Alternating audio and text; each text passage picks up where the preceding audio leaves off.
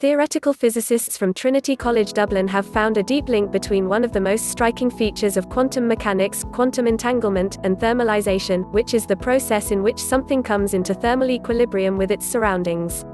We are all familiar with thermalization, just think how your coffee reaches room temperature over time. Quantum entanglement, on the other hand, is a different story. Yet work performed by Marlon Brennis, Ph.D. candidate, and Professor John Gould from Trinity, in collaboration with Silvia Pappalardi and Professor Alessandro Silva at SISSA in Italy, shows how the two are inextricably linked. Explaining the importance of the discovery, Professor Gould, leader of Trinity's TUSIS group, explains. Quantum entanglement is a counterintuitive feature of quantum mechanics, which allows particles that have interacted with each other at some point in time to become correlated in a way which is not possible classically. Measurements on one particle affect the outcomes of measurements of the other, even if they are light years apart. Einstein called this effect spooky action at a distance. It turns out that entanglement is not just spooky but actually ubiquitous, and in fact what is even more amazing is that we live in an age where technology is starting to exploit this feature to perform feats which were thought to be impossible just a number of years ago. These quantum technologies are being developed rapidly in the private sector, with companies such as Google and IBM leading the race. But what has all this got to do with cold coffee?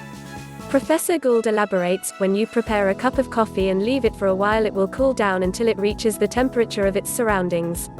This is thermalization. In physics we say that the process is irreversible. As we know, our once warm coffee won't cool down and then magically warm back up. How irreversibility and thermal behavior emerges in physical systems is something which fascinates me as a scientist, as it applies on scales as small as atoms, to cups of coffee, and even to the evolution of the universe itself. In physics, statistical mechanics is the theory which aims at understanding this process from a microscopic perspective. For quantum systems, the emergence of thermalization is notoriously tricky and is a central focus of this current research. So what's all this got to do with entanglement, and what do your results say?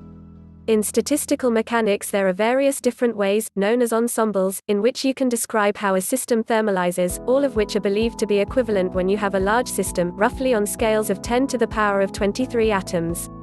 However, what we show in our work is that not only is entanglement present in the process, but its structure is very different depending on which way you choose to describe your system. So, it gives us a way to test foundational questions in statistical mechanics. The idea is general and can be applied to a range of systems as small as a few atoms and as large as black holes. Marlon Brennis, Ph.D. candidate at Trinity and first author of the paper, used supercomputers to simulate quantum systems to test the idea.